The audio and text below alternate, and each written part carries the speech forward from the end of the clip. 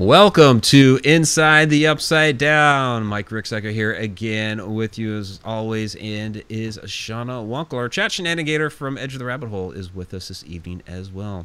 Just a couple more of these where we're doing this remotely like this, and soon we will be together doing this. So we'll have like a different layout. But we'll keep the blue lights. And a different what? And a different internet signal, which we hope agrees with us. I hope so. I hope so. Because while it will be better for your end, with my end, I mean, I'm the broadcast side of it. So I hope it works out okay for that. Otherwise, I'm just going to, I don't know. I'll have to actually, have somebody, dig some lines into there. I don't know. I know a guy. Bust out the backhoe. I know a guy, You know a guy. I know you know a guy. You know a guy who used to do that for a living for quite a long time. Right. All right. So, and Adam Tillery is saying, please keep the lights when you change up setups. Yeah, we're definitely going to keep the lights. Yeah. This is our Inside the Upside Down thing. So it's, going back to Stranger Things. I know Shana hasn't seen Stranger Things yet. You have to. It's a total 80s thing. Come on, we grew up in that era. It's on Netflix. So, but it's that color of the upside down, the blue. So, that whole Stranger Things thing. Cool.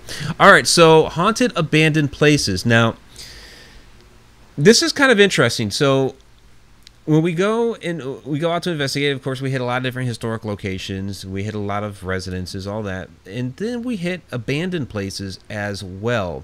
And, of course, we discover all this paranormal activity going on there. And so, we have a lot of people that will ask questions. Okay, why is something hanging out at an abandoned location? Kind of almost like the same thing as, like, why are they hanging out at cemeteries? And there's different various reasons. So I thought what we would do to kind of help answer that question is go through a variety of different abandoned locations that we have investigated. And hopefully through the experiences that we've had at these locations, we'll come to answer those questions.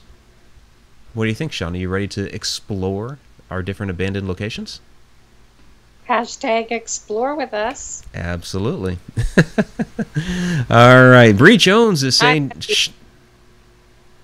Shana is looking so pretty. Thanks, B. I call you B. And so is Jen. Jen is saying the same thing as well. Shana looking so pretty.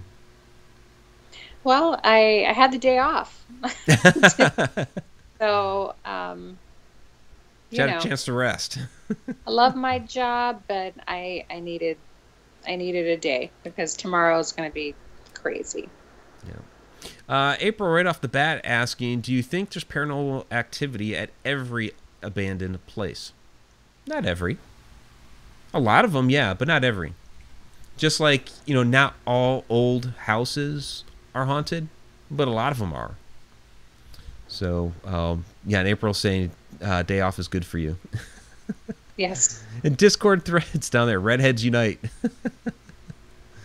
All right. So I know Shauna's like Club Red VIP. Club Red. Yep. All right, so I thought we would start off with a favorite one of ours. And a favorite one of your guys, too, apparently, because you've watched it a lot out there in YouTube land. And that is St. Joseph's Hospital. Yeah. So if you guys saw the Paranormal Quest video earlier, thank you for doing that. I was interviewed for them a couple months ago, and they released the video today. So if you checked that out, very, very cool. Appreciate that. So, yeah, this was it's an abandoned hospital, still currently up there in Lorain, Ohio. Gonna grab a quick drink here. And Shana, we had a lot of interesting experiences here. We went live from here. It had some really, really interesting interaction with those that had been watching us. I went live once all on my own in there one time. I've also investigated with Ectovision Paranormal. So I think probably one of the more interesting shots that we had from here in Discord threads is saying, yeah, that was a fun place. It really, really, it's kind of interesting. Yeah, it's a fun place, but there's a lot of crazy energy going on there as well. And I'll just throw some evidence at you guys real quick. So there's Greg Faketic, who heads up Tri-C Ghost Hunters, and they basically are the ones that operate out of St. Joe's. But arrows pointed at that little white dot back there. And if you actually watch the video, you see this white thing kind of peek around the corner real quick, and it goes away. And that's back there is a hallway. So a lot of people initially, when it got pointed out by one of our viewers, were saying, well, you know, it could be a glare, you know, from the room somehow, or headlights coming through a window. Of course, it's the daytime, obviously. But it's a hallway, you know, that keeps leading on to another part of the building. And there's a nurse's station back there. So, per Fungi, why was the hospital abandoned? Because they built a new hospital. That's why. So, yeah, I went back there when I went live. I ended up going back there. I know you guys saw a lot of different things. I didn't get a lot as far as like actual evidence, but you know, the nurse's station back there, which is haunted. The woman actually, the nurse died in a car accident and just kept coming back to work apparently because her coworkers, when it was still an active hospital, kept seeing her. So, Shana, how do you feel about this hospital since we investigated there together last fall? There's a lot of different kinds of energy there. Probably my favorite place would be the floor where labor and delivery and the psych ward, maternity ward. Yep. All of that. We have that. Just because, you know, and then going live from there too together, where people were, you know, seeing things that we weren't seeing. And then whenever we watched playback, there was actually stuff going on. So, and it's always great whenever, you know, that kind of evidence is seen by, you know, more than just us. So, I mean, that's the whole purpose of going live, you know, anyway, is so everyone can investigate with us and, you know, see what we don't see sometimes. And, but very heavy, you know, feeling there. And it was constantly, you constantly had the feeling of being watched. And there were a few times whenever I'd just kind of back up out of a room and kind of peek my head around, you know, hoping to catch something because there was just always, you know, that feeling. So, yeah, it's definitely on one of my favorites, you know, list. So, yeah, this is the psych ward here, which we did a lot of the live session out of, and even when I went live on my own, I spent quite a bit of time here. Now, they have recently said that they've seen a crawler in this hallway, and that was just recent as of like April. So, not sure if something else is going on there now these days, but we definitely felt a lot up and down this hallway. Shauna, this is where you picked up on that girl. Yeah. Yeah. Crawler, I mean, I didn't feel anything bad here. No, and you know, Like, it's something I haven't witnessed here either. yeah, I didn't feel anything, you know, scary, nasty, ugly. You know, I didn't feel any of that kind of energy, strong energy. And, you know, there were some, you know, points of, you know, some places were a little more mellow than others. And, you know, there was all different kinds of emotions going on, but never anything, at least not to, you know, us, not to me anyway. Yeah. Wasn't so crazy about the morgue. And, you know,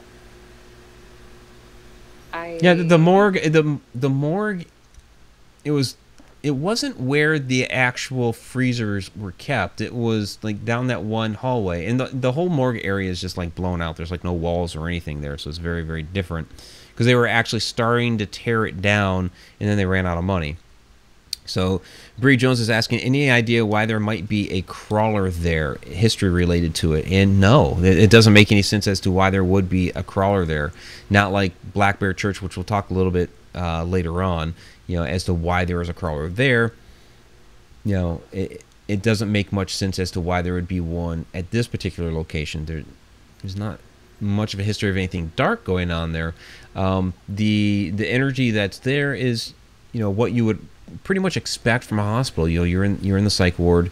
You have that type of energy that's in there, and so, and I do think that abandoned locations, especially particularly like this, it kind of the energy somehow enhances itself over time. That if there was a, I don't, what do I want to say? If there's a heavy feeling in a particular location, especially like the psych ward, that it will probably get heavier over time. And even in, let me bring up this this hallway again. So that's the psych ward. This one is the third floor hallway that leads down to, at the end of that is labor and delivery. And when you pop up into the third floor, you're basically at a crossroads where you're looking down this hallway or out to where the psych ward is, and then there's a third wing off, and I forget which wing it is. I almost never go down there. But even in this one, the last time that I was down here, I helped out with a walkthrough. It was like a ghost walk with Tri-C after it was actually during the event that they had back in April. And one of the Tri-C investigators asked me to check out this room. It's kind of hidden back behind a door there. You don't even realize it's there, but it's back behind a swinging door. You open that door, and, oh, there's a doorway to a room here. And in that room, it was like I just suddenly felt really, really dizzy. And so there's just some crazy, crazy energy all over this floor up there in St. Joe's. So, and I know you felt some of that too, Shana. Yeah, in the psych ward area, there was a lot of funhouse effect energy, a lot of vertigo, a lot of pressure, there was just a lot of stuff going on. Whereas, you could walk away from it. Labor and delivery, as you would expect, was a little bit lighter. It seemed a little less, serious, of an area. Everything was, painted a little lighter, and, the energy was just a little easier to deal with, to interact with there. So, yeah. A couple of comments from the chat. X Group Home Kid, people go into abandoned places and do stuff to bring things there. We're going to get to that later on. There's certainly locations in which that happens. Adam Tillery says, I think abandoned places are havens for darker spirits because there they can thrive away from the abundance of life and light in public places that might repel them. That's actually a very, very good point. So yes, they can definitely thrive at abandoned locations where, they're not usually in the midst of the public, in the midst of lighter energy. Yep, that's an excellent point. So I also wanted to throw out another place that got me, not you as much, Shana, but for me was the ICU. And this photo kind of moved a little bit on us. Within the ICU, more specifically the CCU area, there was definitely a heaviness here. Now, at the very far left of this photo is room, what is the room number? 17? And it's that corner room. And so we did get some activity in there. There's a little bit of a growl. We were hearing and feeling stuff in there. And a lot of people do in that corner room. And then, of course, there's this guy that's there. Ghosty hanging out there at St. Joe's. So, can't forget him. how about the chapel area? The chapel area I didn't really get a lot at. I know some people do, and some people have had some interesting experiences with the Bible there. The only thing that really is kind of interesting for me there is that the Bible just happens to be the exact same Bible I gave my parents like 25 years ago. So that was just kind of weird to me, because it was bought. Funny enough, it was bought through a children's book program. So I got like a bunch of books for my kids, and there were like some different optional throw-ins that you could choose from, and so I chose that and gave it to my parents as a Christmas present, and there it is sitting in St. Joe's Hospital. So, so Donna's saying your volume's up and down when you show a pic. Yeah, that happens sometimes with this. It happens on some shows, and it doesn't happen on others. I have yet to figure out why that happens sometimes. I have played around with it and played around with it and played around with it. I don't know. It happens sometimes. So Discord threads saying the chapel felt weird to her.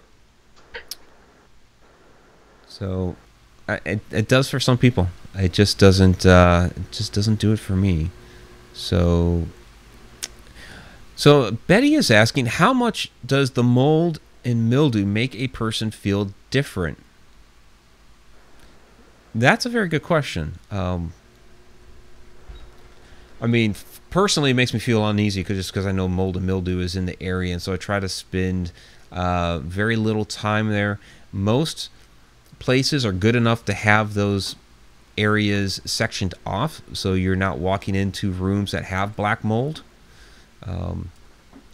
But I mean, it's a smell that could affect you on multiple levels. You know, of course, physically, and I guess mentally it could as well if you sniff enough of that up. So, Shana, comments on that? Yeah, I mean, it's just like, you know, if you're where you can get like vertigo and you can get stuff like that from inhaling, you know, chemicals, irritants, and stuff like that. Can it, you know, sway your perception? In other words, you know, like if you're experiencing something, how much of it is paranormal and how much of it is something to do with the environment? You know, I mean, I don't know. It all depends. It depends on where I'm at. You know, like I try to be aware and know what the symptoms are so that just in case, you know, I question it, you know, or if I move to another part of a building that doesn't have that and, you know, compare, that's about really the only way, you know, is just to be, you know, extra aware of your surroundings and be, you know, mentally, you know, aware of it so that way you can compare. Right. All right. So that's St. Joe's. And we won't spend too much longer on that. So if you haven't seen it yet, we do have the full investigation video. I think we posted that back in December, even though we investigated back in last July. So you go check that out. Very cool video. And then we have some others as well. There's one with Shana and I. There's one with Ectovision Paranormal. There's a live one that I did alone. So we have some different options. Very, very cool place. So, Shana, which would you like to do next? Sweeten Mansion or the Almshouse? Oh, that's a toss-up. Mm-hmm. I don't know. Let's do Sweeten. Let's do Sweeten. All right. So there is Sweeten Mansion. This is a shot from when we visited. 2 years ago? We drove by there. Shana was introducing me to the area, and there was this very cool photo here. There's like this little lake or something in front of it. And this is a little bit closer. We're not really supposed to go up there, though.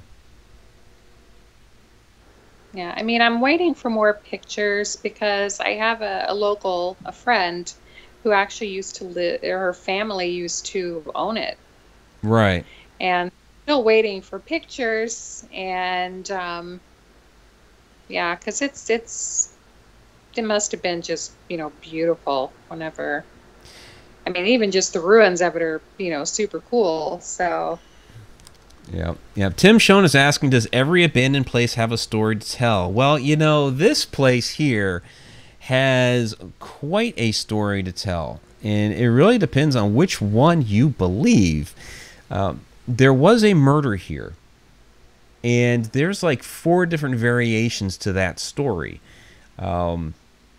One that we know is not true at all is the one that's probably the most famous of the lot, and that is, you know, 2 young men fighting over the belle of the ball, and they had it out, and one killed the other, which is a fabrication. It was based off a story found in a series of romance novels from around that time period, I guess late 1800s, early 1900s. I forget the author's name, but she was writing different romance novels about the settlers and about the French explorers that came through, and she used that particular house because the house was in her family. She used that particular house as a setting and used and created that story in one of her books. And so when there was an actual murder at the house, her story got transposed on top of that actual murder.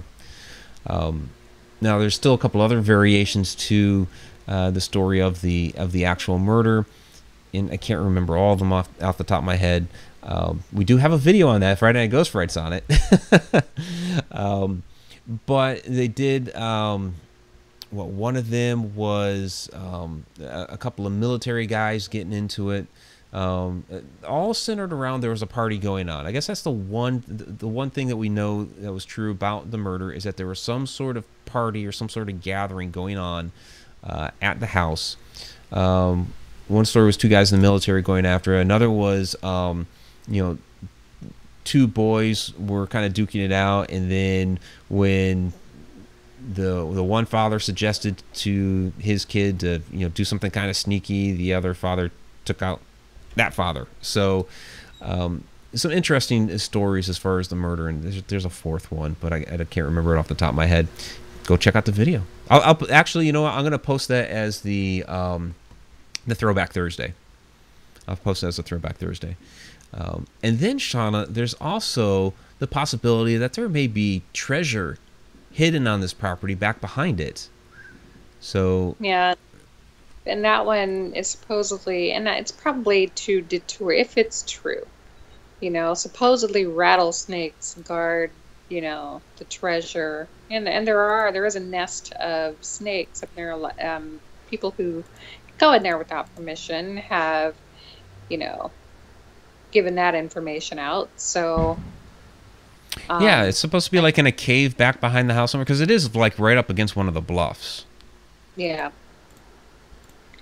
And if you don't know when to look, for this house, you'll miss it.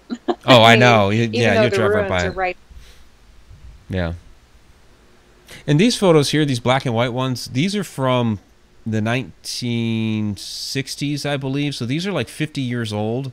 And you can see even then it was already really falling apart. I mean, it's a bit better shape than now. But,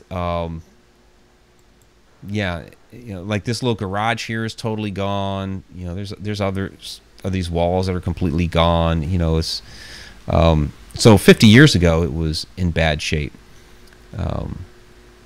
But they said that when you used to be able to walk up in there a little bit, because there was, in pertaining to the murder, some people did say that there was the blood stain in front of the hearth of the fireplace, that it would actually spanned a couple of different flagstones that were there. So there's no way. No matter, Go ahead. no matter what happened, they couldn't get it, cleaned off. Like it wouldn't go away.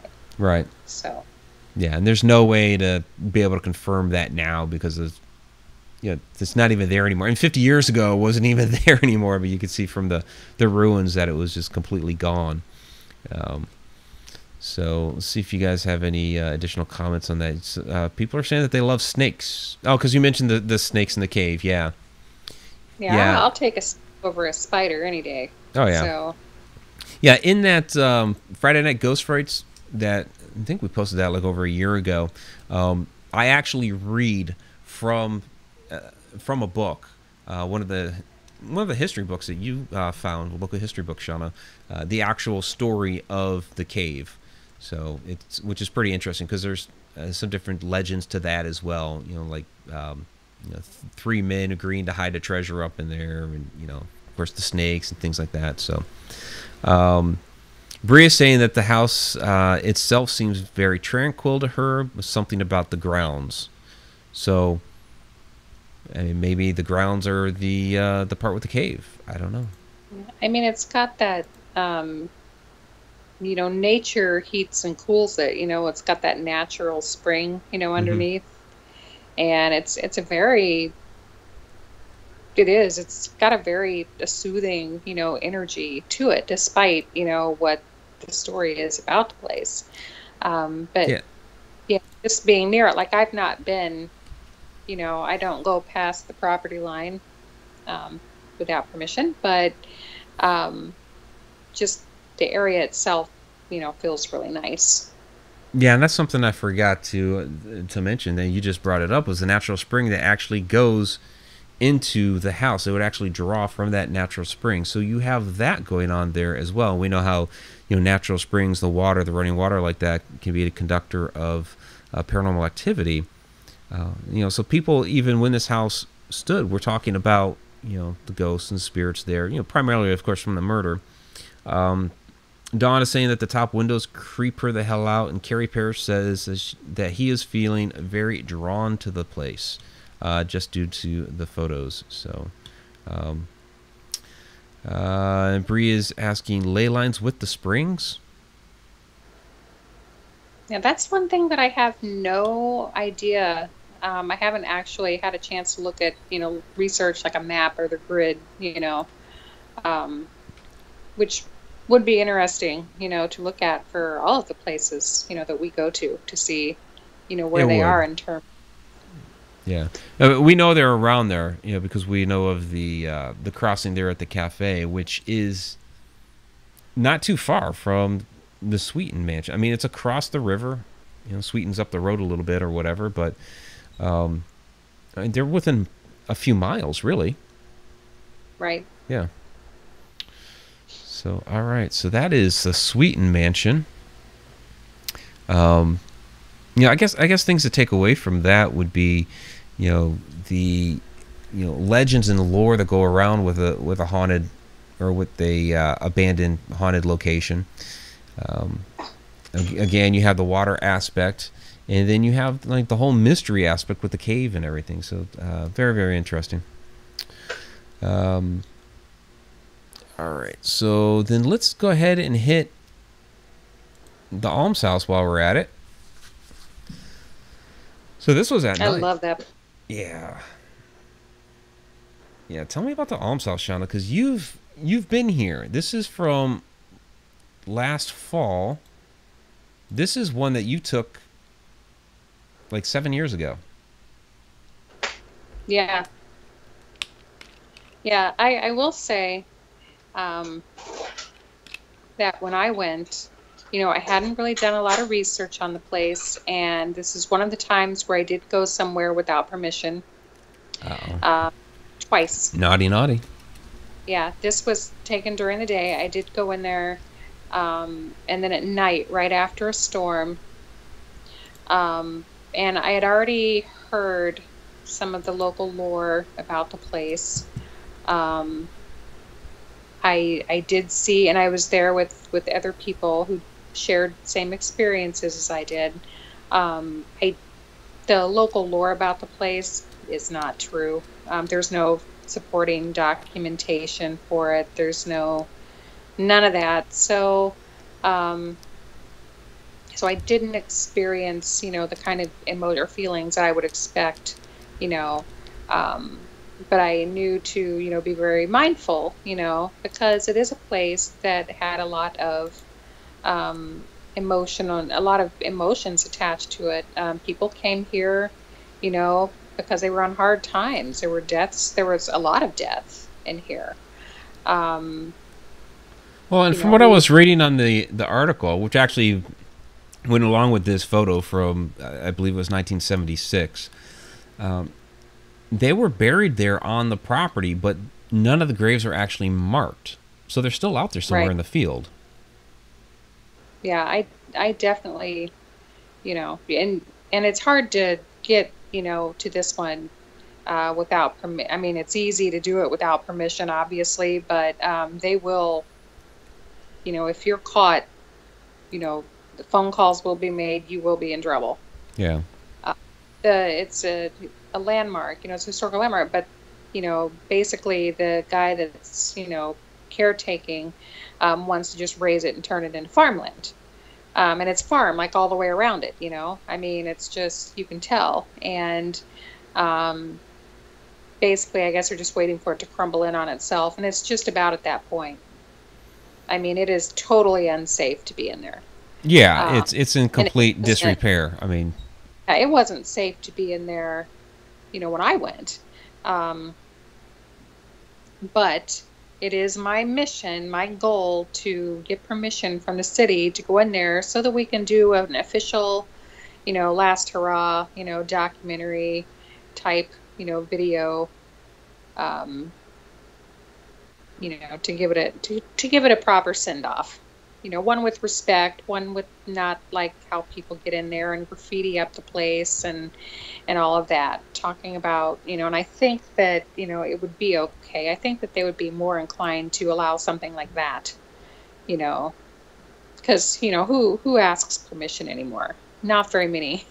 I mean, especially, but you should. We encourage that. Yeah.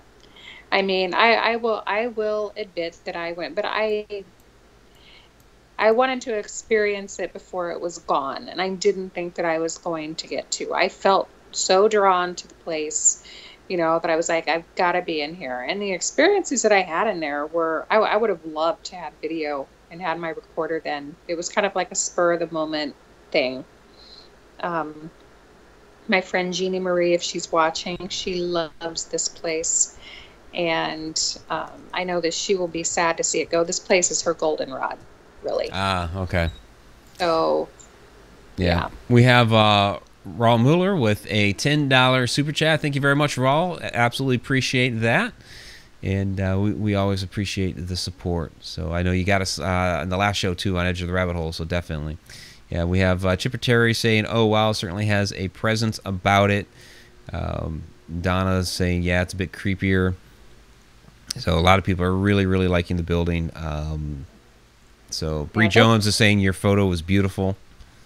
Yeah. There's a lot of child energy in here. I will say that. Mm-hmm. And this is without seeing the list of the people that have lived here and that died in here. There were some children, you know, in there. There's child energy attached to the lore, you know, the local legends about this place, but I wasn't picking up on the energy that I should have if it would have been true. But there were a lot of little shadows darting around. And then whenever I was going up to the third floor, the balcony there, something, you know, ran by me very fast, you know, with enough energy to put me back against the wall and make my hair blow. So, I mean, it was a very interesting night.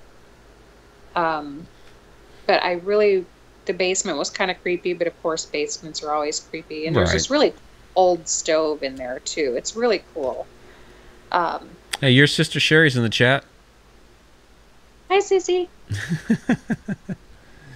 Yeah, she's saying it's a cool looking place, which she's only a few miles from there. So yeah, close.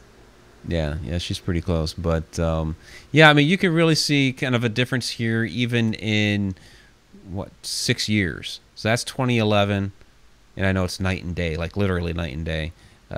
This is 2017, and like that stairway is gone. A lot of these areas by the windows are they're falling apart. They're falling down. I think there's more of that brickwork that's missing as well. Yeah, if you go it's inside, really bad. Really take a chance. You're taking a risk. Yeah, but you know, you see this. It's actually a lot bigger than it looks there.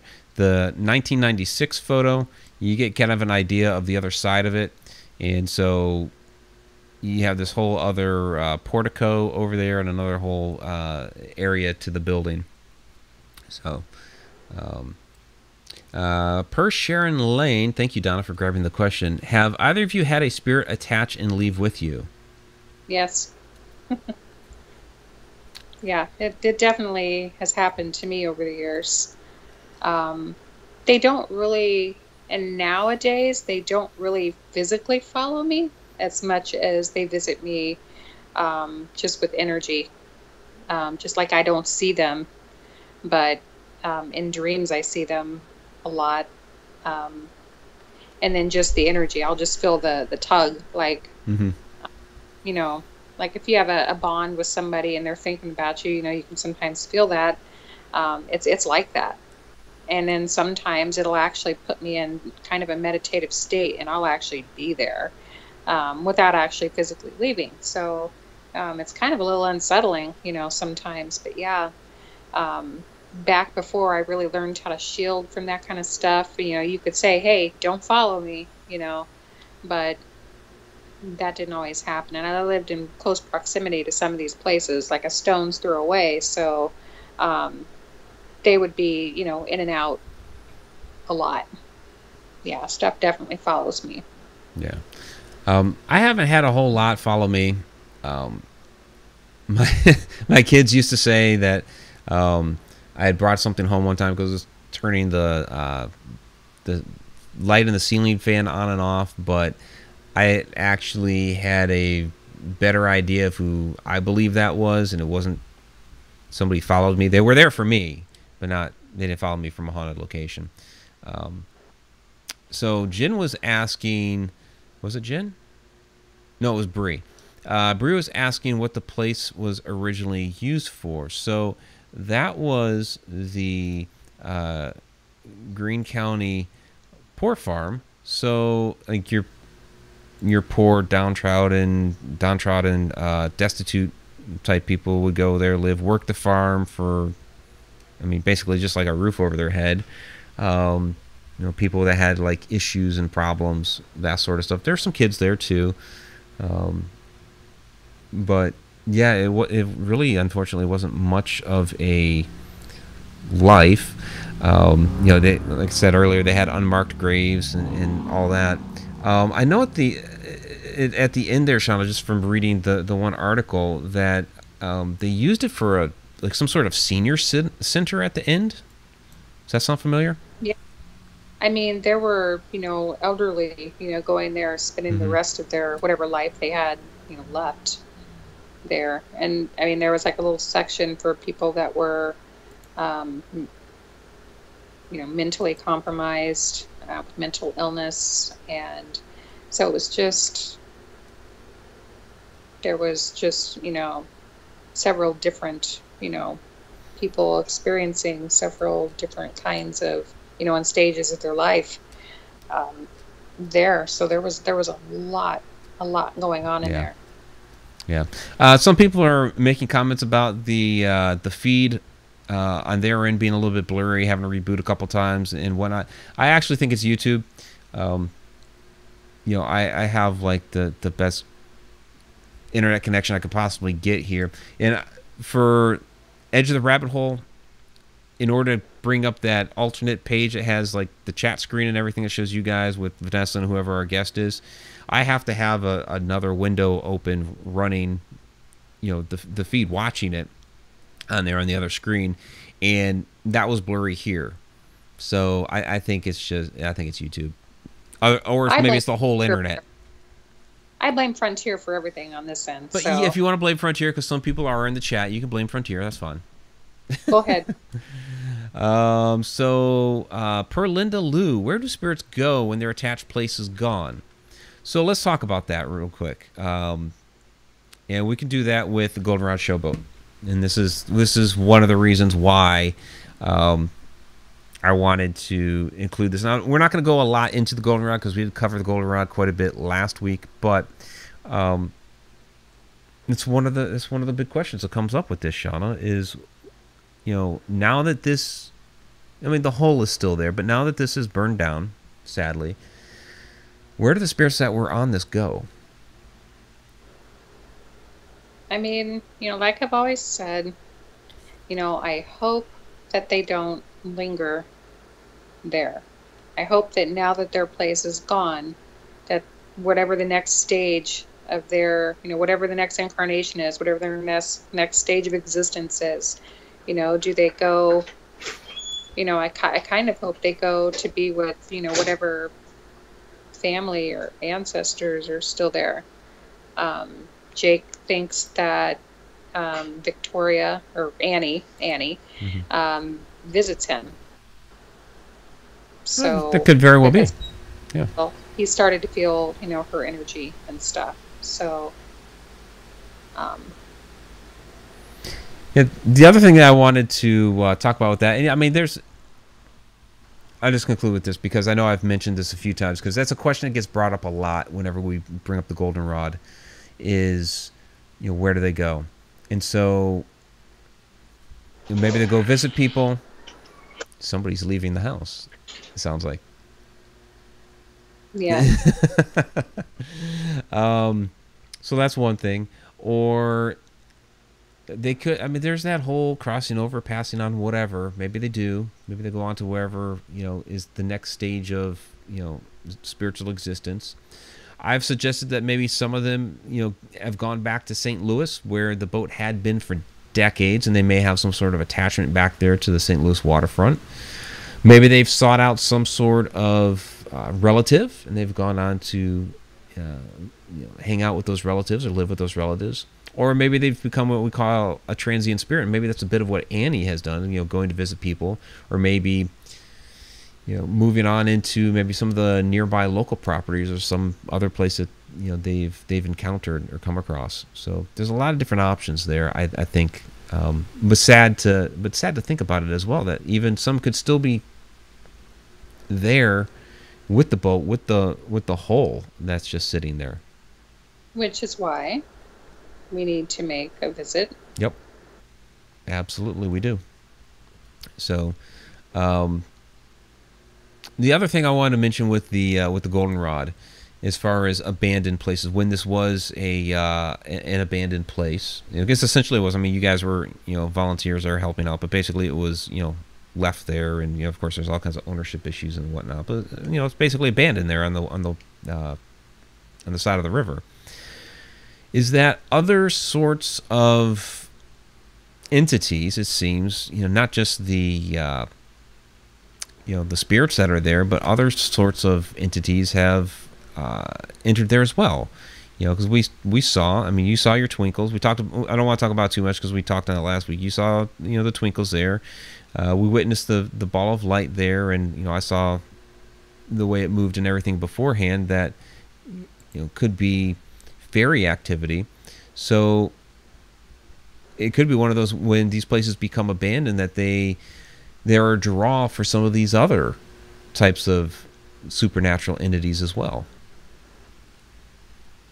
What do you think? Yeah, from day one, whenever we got back in there after being gone, when Jake and I went back in there, the energy was not the same. It was so different. I mean, yeah, I could still feel, Captain Minky in there. But it was very, I mean, I literally ran. As soon as I was able to get back on that boat, I ran upstairs to him. Yeah. And, me, I don't go anywhere alone. But, I mean, I ran up there. I was so happy, to be there. And I could still feel him. But then when I went back down, the whole way there, it just felt like being watched by others, different people. And just the whole boat. In places where I would normally feel like the only place that I felt comfortable was outside after that. And, it was just so different. And Jake had mentioned it too. He says, I don't know, what's in here now. He says, but it's not our usuals. Right. It's not the usual players in there. So, it was like being in a new place, getting to know the new energy. So yeah, I would say just, because I only investigated the one time, before that happened. And all my other investigations were after you'd regained access. So I never got a chance to encounter Captain Minky, not that one time beforehand, nor after. I know you have felt him and had many interactions with him, but I didn't. Of course, I had the interactions with Annie that first time, and not since. It was only the first time that we were around there. Now, the one that seems to have hung around for me is who we believe may have been Charlie. Because that was like one of the first big things I felt when I was there, was walking through, that little passageway, and feeling that heaviness, feeling the cobwebby feel, all of that. And pretty much almost every single time I ever walked through there. So if anybody hung around, to me, it would have been Charlie. Yeah, his area was one that I've never felt comfortable in. Yeah. Ever. From the very beginning all the way up, till the end, where I could tolerate being back there. I just couldn't, hang. I mean, his energy was, and I'm sure he was a nice man. Mm-hmm. I have no reason to believe otherwise. Just he had been through a lot. Yeah. There was a lot emotionally for him to go through, and didn't really understand it until after the fact, or closer to the end, why it was so hard for me to be back there. Because alone, for sure, I couldn't. Yeah. Just that whole area back there. Yeah, that whole area. So it's really interesting, because this is a case with the Goldenrod in which, it was abandoned there on the side of the river with the spirits that it had. And then after a duration of time in which it seemed like it was going to be gone, you had the final send-off ceremony, and then, some months down the road, you guys gained access to it being abandoned, I guess, in a different light, to a different degree, I suppose, that the energy in a lot of cases and the spirits that were there changed in a lot of ways. So it's very, very interesting, I think, that you have this abandoned boat, but almost like two different types of ways of being abandoned, and in that interim period of time, things changed. I mean, it could be, whoever, they likely thought that, their home was going to be taken away. We did too, and so, it could be that, there's some that didn't want to stick around, but, without anybody to really, guard the place, to be there, it likely opened doors, or anybody that might have been lingering around, maybe, just passing by, oh, look, there's never anybody here anymore, and, without our energy, in it anymore, maybe it did. Maybe they were, the type of spirits or the type of energy that, didn't want an audience, so maybe they were like, okay, well, now it's, kind of empty, so let's see what's going on. And then, new energy attracted, some more energy. And I think that basically it was just kind of like a 7-Eleven, for spirits passing by, because it definitely felt a lot fuller, of energy, different kind. Yeah, it was different. It was full of life, it was still full, the energy from, just the history that was there. But what was there when we left, yeah, definitely. And I even wonder with the light anomalies that we saw, whether it was the twinkles or the ball of light, and relating that kind of like we've done here a few times on this channel to what you captured down by the locks. Now the locks are abandoned too. Sometimes they're underwater. So. Yeah, I mean, you may be right that places that are totally abandoned, where there's like nobody coming around anymore at all, that maybe it's seen as a safe haven almost for some of these other types of entities, and we will go in there and we'll see them because they're not expecting to see us. All of a sudden, hey, there's these people here. What the heck? Yeah, Adam said it earlier. That's why abandoned places. Yeah.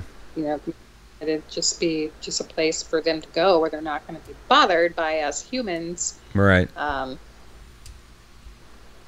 So Betty is asking, this is an interesting question. Why do you think the living are drawn to the deceased or to spirits of the deceased? Well, I mean, I think in large part is because it's a part of life that we don't know a whole lot about, and so we're very, very curious as to what that other side is, and what lies beyond for us after we're finished with this physical life here on Earth. What do you think, Shauna? Right. I mean, that's pretty much exactly it, for me and probably for most people. There's the history and stuff too. There's stuff lost in time that maybe we won't be able to find, but maybe someone would be willing to shed some light, you know. And it's very, but how often do they sit down and have complete conversations with you? They're Right. not supposed to. I don't think they're supposed to. I think it's against the spiritual rules. Yeah, I don't think they're supposed to tell us just everything. Um, That'd be great, if they could, but which means just more research for us, but there's some stuff that's just not there anymore. So, yeah. So, April, I read when you feel webs where no spiders are, that it's field fairies. I don't necessarily think field fairies, because I've felt the cobwebby feel in all kinds of locations. We showed St. Joe's earlier, up in a lot of those locations. I mean, in basements, all over the place. So, I mean, that's like one of the main things I feel when I'm feeling some sort of spirit activities going on. I might get the cobwebby on the face. I'll get like some staticky going on the arm. So I think it's just spirit energy that you're feeling, not necessarily a fairy. Shauna? Yeah, to me, it's not so much, it's not cobwebby is what I feel. Mine is more internal, well, unless someone's reaching out to touch me or whatever. Right. Mine comes in the form of energy, like vibrating, buzzing, and whatever, mostly in my head, sometimes in my hands. So I don't get the cobwebby feeling at all, like ever. Like I don't remember when I walk into something, it comes in the form of buzzing and energy. I have not felt cobweb one time, ever. Yeah. Not that I. B3 Aerospace is saying the good spirits of Mike and Shauna help many, I think. Well, we try to. Thanks. So, and Abe, I see your comment down here. I hope you're doing all right. So, positive energy out to you. He was in a car accident and got hurt. So, okay. So, I think we'll end our goldenrod segment there. That was more than I was wanted to get into with the goldenrod, but we've had so many experiences there, and I think just especially when we're talking about abandoned locations and the different things that have happened there, it's wow.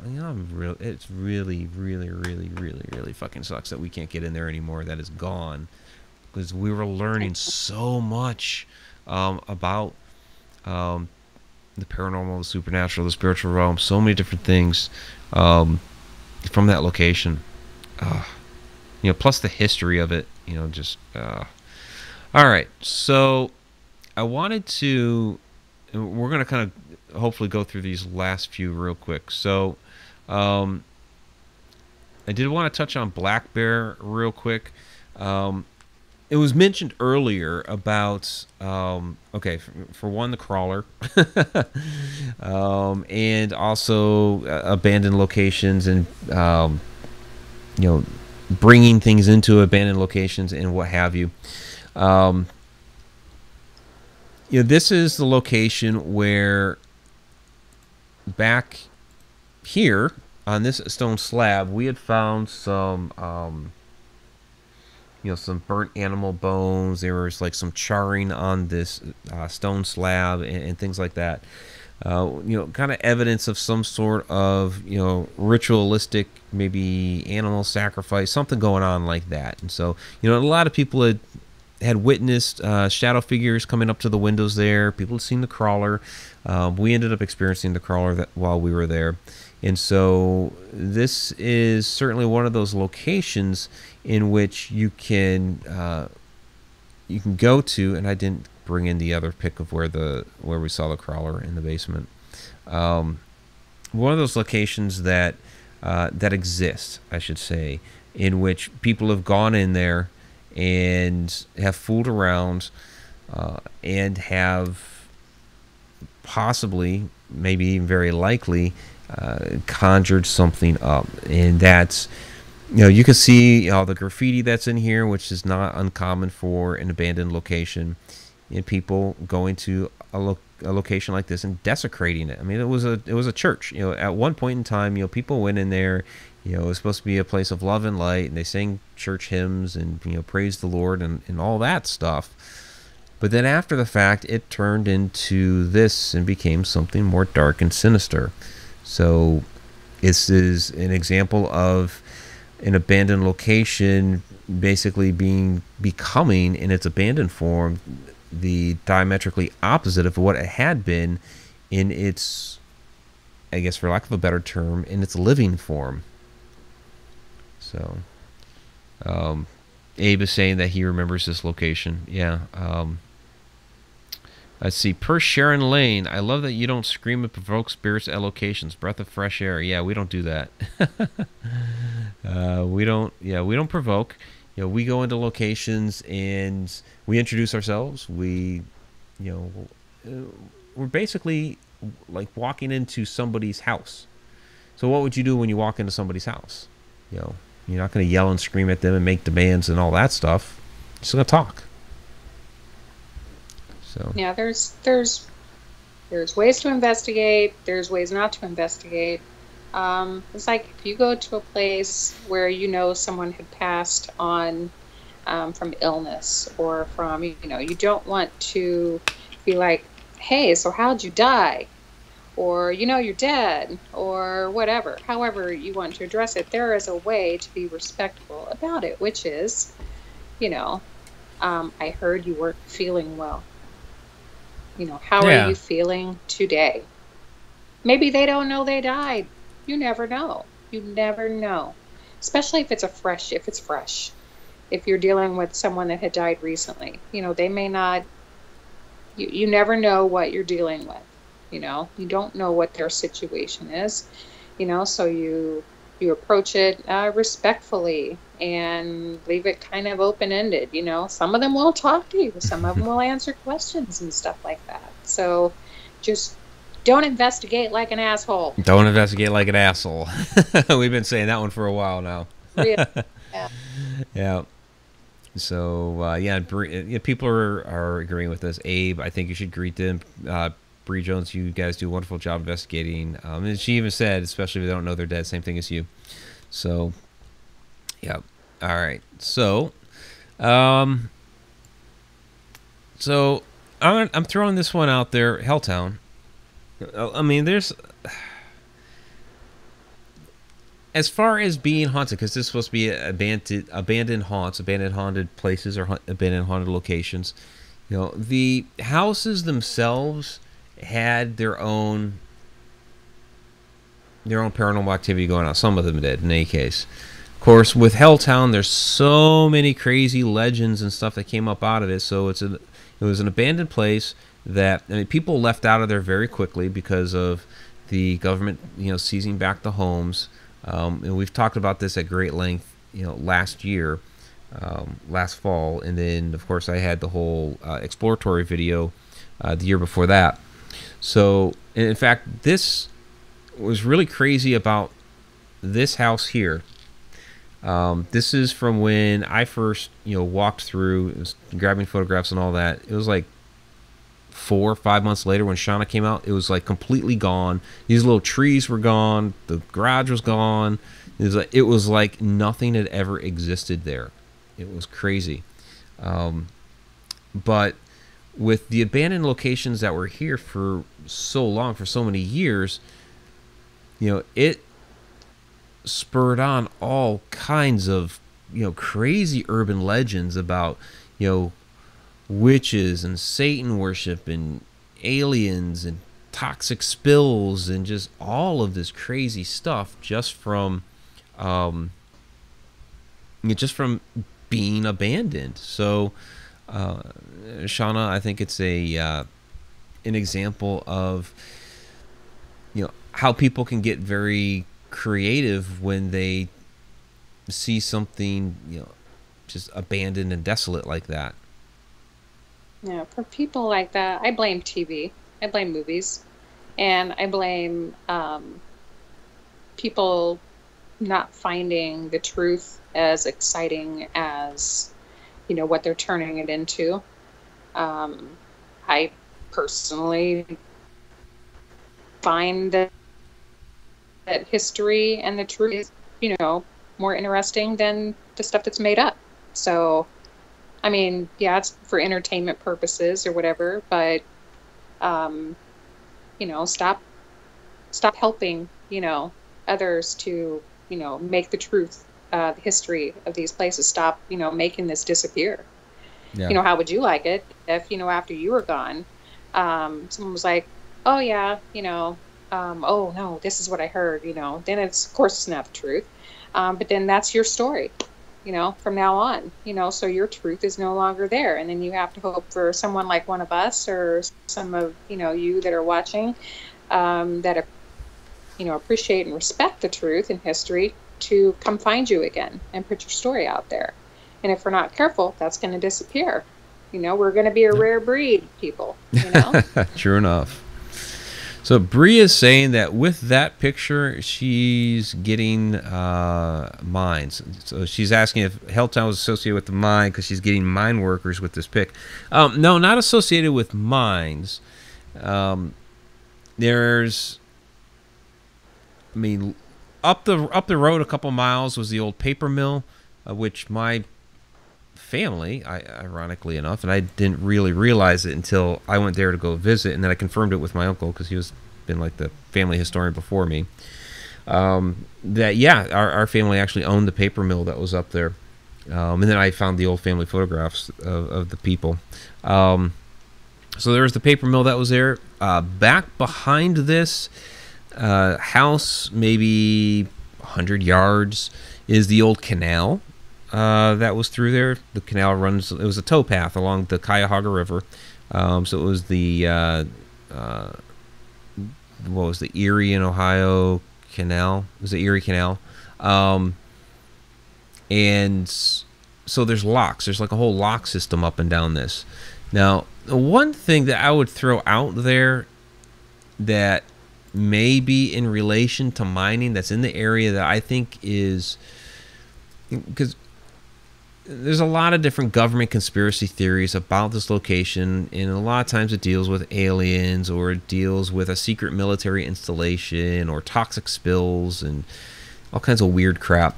But going through that area and you just look at what's there, there's two different things that are just red flags to me about this area, because they're talking about nature preserve. That's why they, wanted to grab it back to, make a national park and, preserve nature and all this stuff. But yet there's two things going through here that are totally defy nature, and they go right through where the houses were. One is a transcontinental cable. It goes right through there.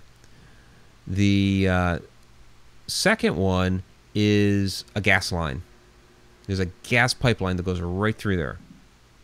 So I think those are the reasons, probably primarily the gas pipeline, as to why they seized that area. It's right in front of your eyes. The best place to hide something is right in plain sight. Yeah, they've made this park around it, and they've got a jogging path, and you can visit the old locks, which is kind of like a historic thing. They're trying to do something with the remnants of the old paper mill to make it a little historic site and all that stuff. But as you're walking down those paths and those roads, and people are, they have their horses out and they're riding up and down, these paths with the horses. Well, you see the markers there for there's the cable line and there's the pipeline, and it's right there. It's right there. That's what I think. So they would have had to, of course, when you're saying mine workers, they would have had to have dug all that out. So,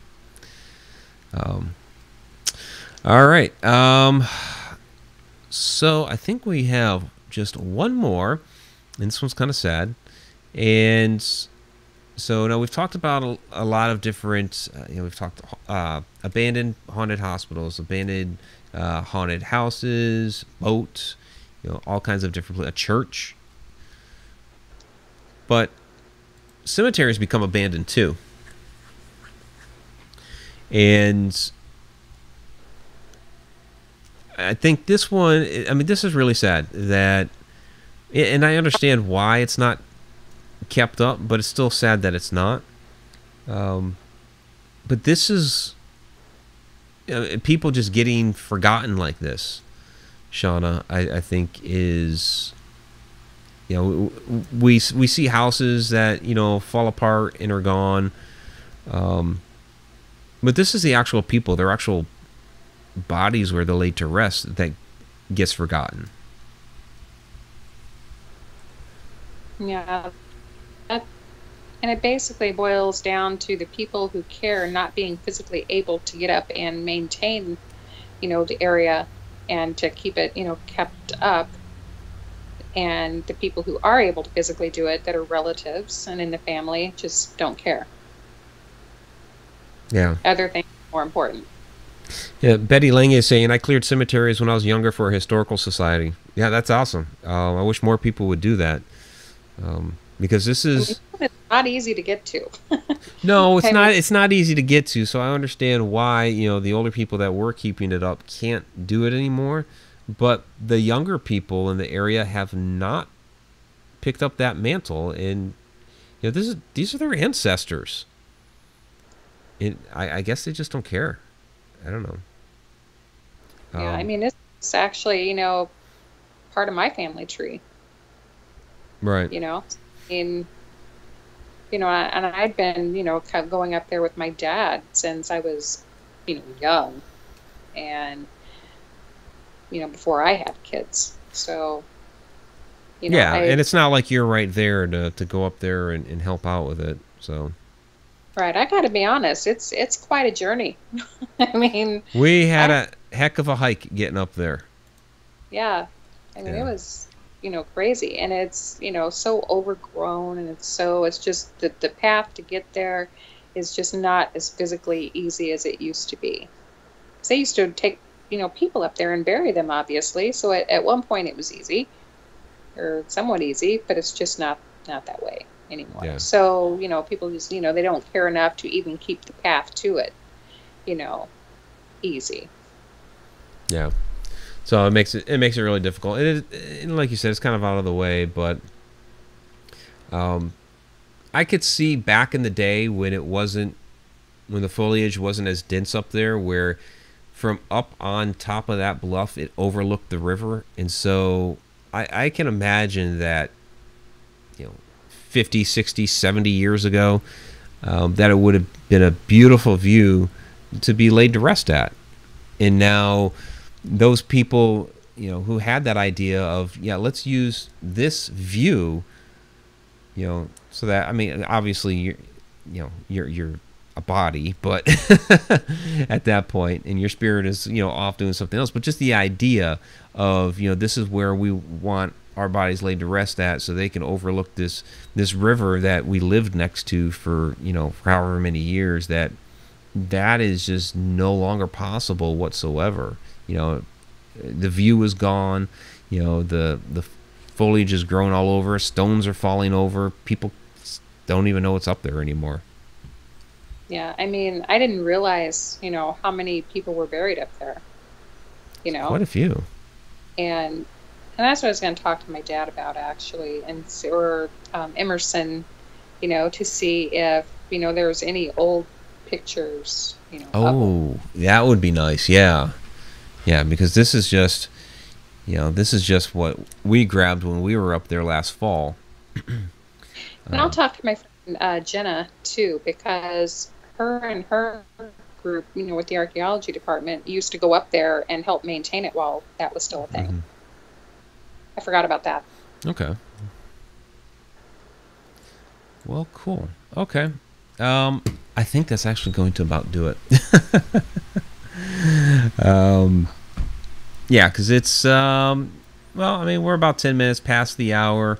I have a lot of things I have to still do because I am traveling out to Illinois tomorrow on the 4th of July, and I want to get a move out of here early in the morning, but I still have packing to do, laundry's being done, I still have boxes because, you know, I'm moving out there to, you know, get put in the car, so a lot of stuff going on.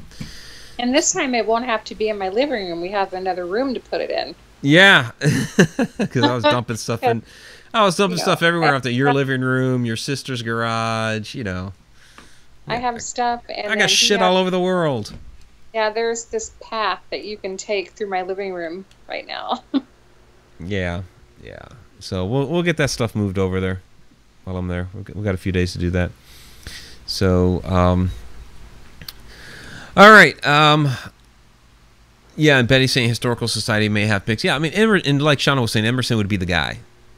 I would love to have him as a guest. I mean, he's just fantastic. I have always been a big fan of him. Yeah, and you know what I think is cool, like anytime on Old Settlers Days when he has those old historic pics out there, he always brings out different ones. At least a couple times I've been, they're different ones.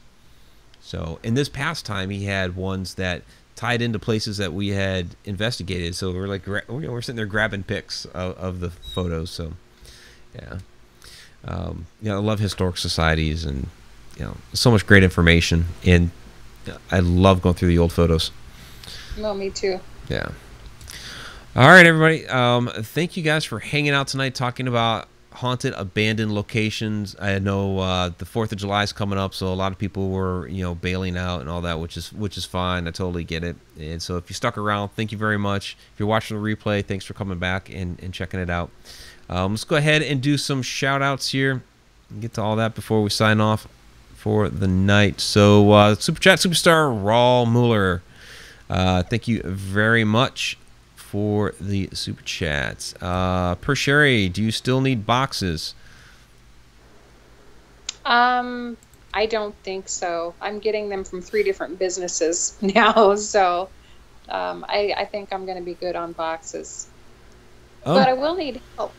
Yeah, I'm probably okay on boxes. I mean, they filled up pretty quickly, but I'm probably going to unload a couple, bring them back here, and fill them up again. So that'll be fun. So, all right. So, shout-outs. Sean Gilmore, my family won't go to bed. What? Kind of random. Donald Gordon, thank you very much for Cheshire Cat chatting the chat. Really do appreciate that.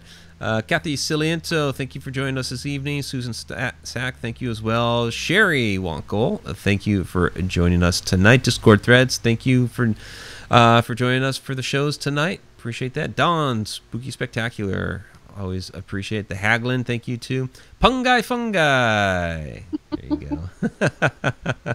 Bree Jones, thanks for all your input tonight. Tim Schoen, thank you. Happy 4th. Let's see. Betty Lange. that was me kind of slurring together Betty and Wayne Lange because that's what it says down there. So yeah, Betty Lange, thank you very much. Greg Rinkin, thank you for joining us again. There is Sean Gilmore. Had a great time investigating with you this past weekend. I tell you what, his Parapooch and Sabrina's little version of it. Oh my God, the footage that we have from that. In if you guys. Okay, the live footage, we walk through what we call, you know, the David's room, matron's old room, whatever, but it's the Spirit David hanging out there. My gosh, that, when you guys watch the full video we put on that, there's some crazy stuff going on there. So look forward to that. Oh, you need to get one of those? Might have to. It was pretty wild. Pamela Rainey, thank you very much. Beat 3 Airspace, thanks for joining us again tonight. So Diane Hilbert, we will see you in about a week and a half. Paul Thunder, thanks for joining us tonight. Lenora Moreno, thanks again, as always. Who else do we have? Chipper Terry, thanks again. And I think I'm going to scroll back down. See if there's anybody else that I may have missed. Susan Sack, thank you. I think I had you earlier, though. All right, I think that's going to be it for the shout-outs. If I missed you, not meaning to offend. Just I scrolled up for a ways. I think I got everybody. I don't know. I'm getting tired and I got a lot more to do. So, all right, you guys have a great 4th of July. Next week, Shauna, I will not be here. Shauna's not going to be here, and this one I'm thinking is going to be a fantastic episode. So, we have an archaeologist that's going to be with us, Dr. Heather Lynn. I've started reading her books a few years ago, back when I lived in Washington, D.C., and I was riding the metro, and I was reading all kinds of books about ancient archaeology and stuff like that. And so her books were a few of them that I read. Some really, really interesting stuff. And she is going to be joining us on Tuesday for Edge of the Rabbit Hole. So that's going to be we're going to be talking like ancient origins and like alternate type history. She has a book coming out here pretty soon. It's actually a second edition of a book that she had called Evil Archaeology. So we'll be talking about that. So interesting stuff. So be sure you make it out for that.